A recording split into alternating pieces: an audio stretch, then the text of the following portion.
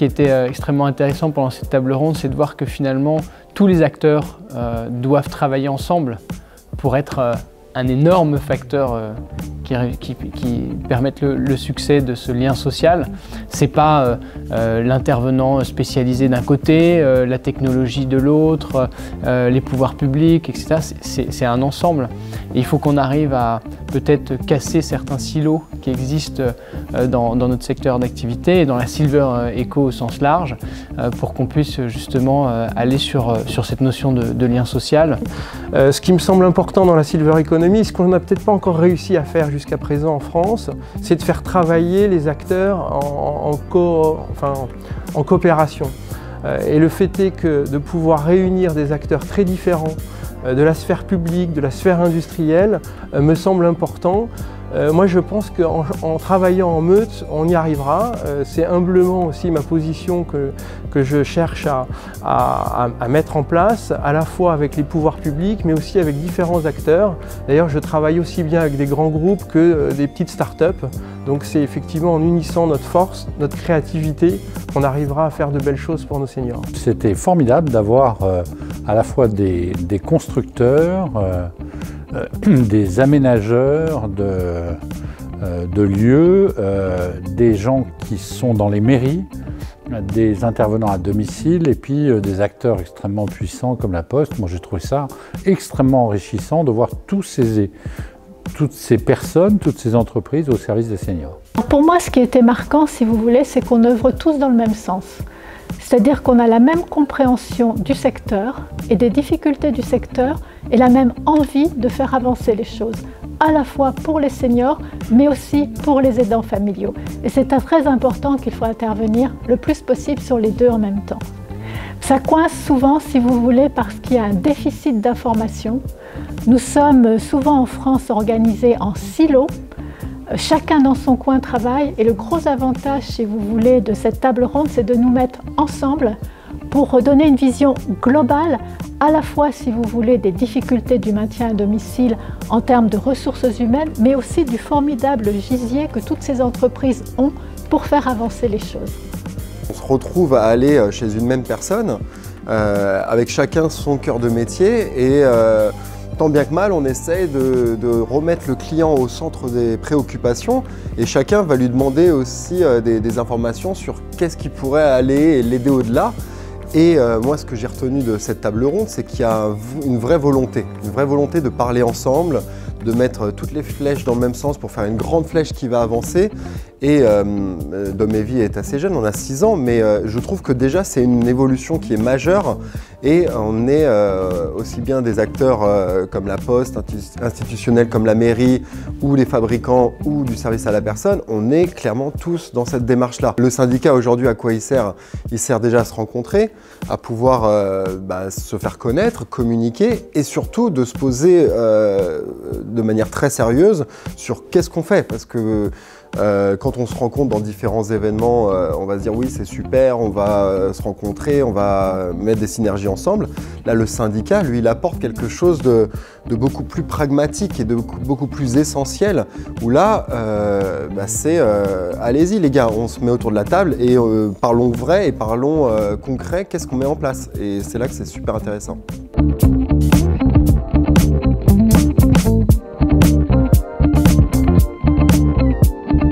Le lien social, c'est primordial. Pourquoi? Parce que aujourd'hui, on sait que les seniors sont seuls à domicile pendant 80% de leur temps.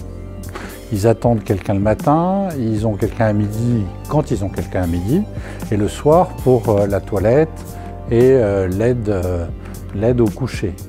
Et je pense que c'est extrêmement important de maintenir ce fameux lien social et que non seulement les aides à domicile s'y emploient, mais que les aidants à domicile, familiaux ou pas, sont fondamentaux dans cette offre. Et le lien social, ça ne s'arrête pas qu'à la télévision, au téléphone du petit-fils, mais ça peut se passer aussi par Skype. Il y a plein de moyens aujourd'hui de le faire, le tout c'est d'y penser. Écoutez, merci de me poser la question du lien social, puisque en tant que représentant du groupe La Poste, nous avons fait du lien social un peu notre marque de fabrique. J'en veux pour preuve nos facteurs qui finalement, nos 75 000 facteurs, qui quotidiennement vont au contact de la population française et qui pour certains d'entre eux sont le seul contact de la journée qu'ils peuvent avoir. Ce que je retiens de la journée sur la question du lien social, c'est que c'est la question centrale du maintien de nos seniors à domicile et au-delà même du domicile, leur place dans la société. Le lien social, on voit qu'il peut être multifacette, c'est-à-dire à la fois bien sûr dans sa dimension humaine, mais aussi dans sa dimension technologique. Mais si on parle de technologie sur le lien social, on sait que ça doit être accompagné avec comme fil directeur, j'allais dire, l'humain. Et surtout, plus que la quantité de contact, la qualité du contact me semble être un des éléments clés d'un maintien à domicile réussi.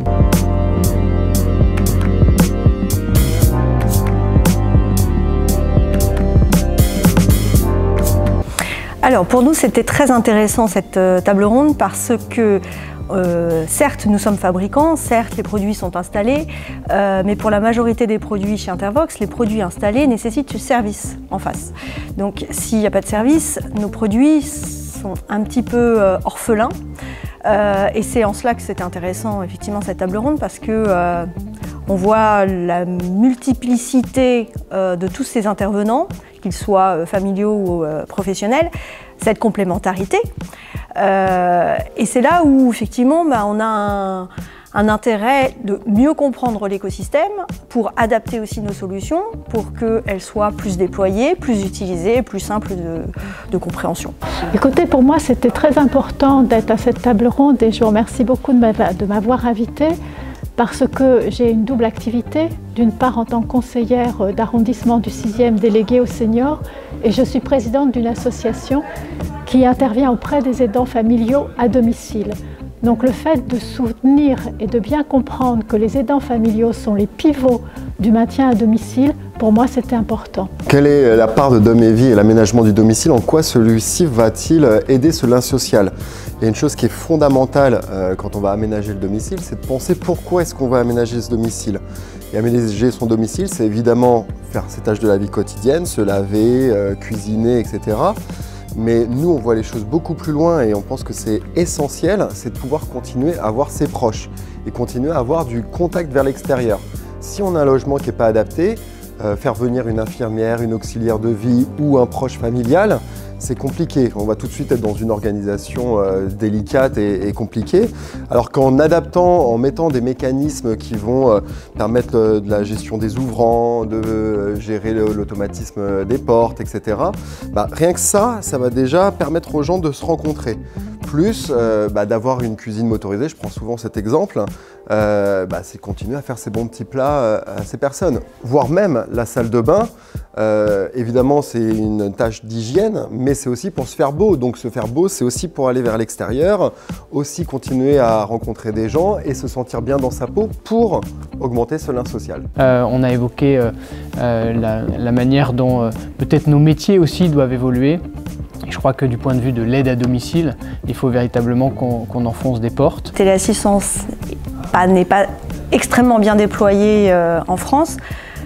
J'ai quand même tendance à dire que même si on est à 600 000 abonnés de téléassistance, on a 600 000 familles connectées, maisons connectées. Donc ça, il faut le dire, parce que connecté vers l'extérieur, et on n'a pas tendance à le mettre sous cet angle. Comment faire? C'est un vaste sujet, c'est faire connaître, structurer la filière. C'est l'intérêt aussi en ce moment.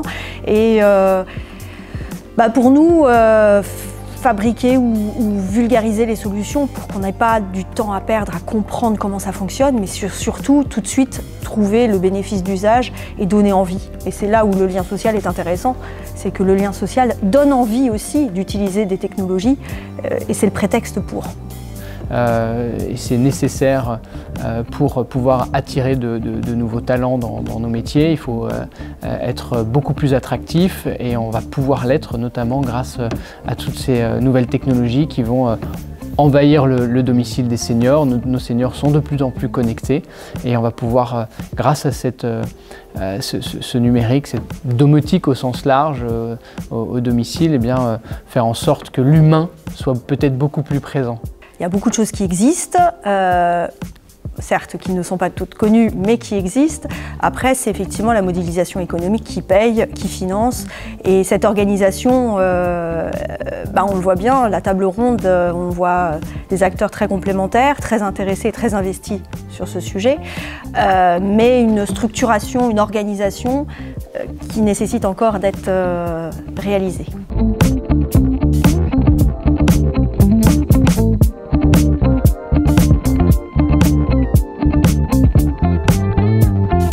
D'abord, vous vous appelez Silver Economy, c'est un sens mondial, si je puis dire.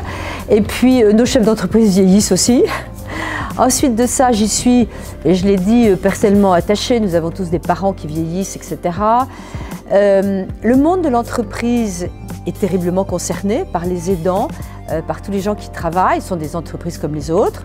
Donc, pour représenter vraiment le mouvement éthique qui a un slogan qui est l'idée de richesse que d'hommes, vous correspondez parfaitement avec ce que vous avez de sensibilité dans ce métier au mouvement éthique. Donc c'est très important et puis en plus on a quand même à peu près 18 fédérations et syndicats parce que nous avons une parole libre, ça c'est essentiel.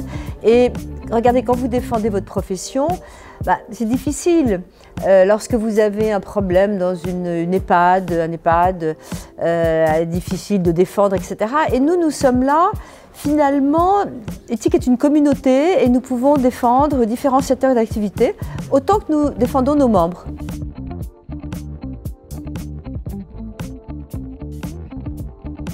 Je suis désolée, j'ai pas de coup de gueule, ça m'arrive rarement. Par contre, coup de cœur formidable. Pour tout ce qui se met en place, même dans nos entreprises avec des plateformes pour aider les aidants, avec la façon dont on peut se reposer sur des gens qui viennent s'occuper de nos parents âgés, donc ce n'est qu'un coup de cœur.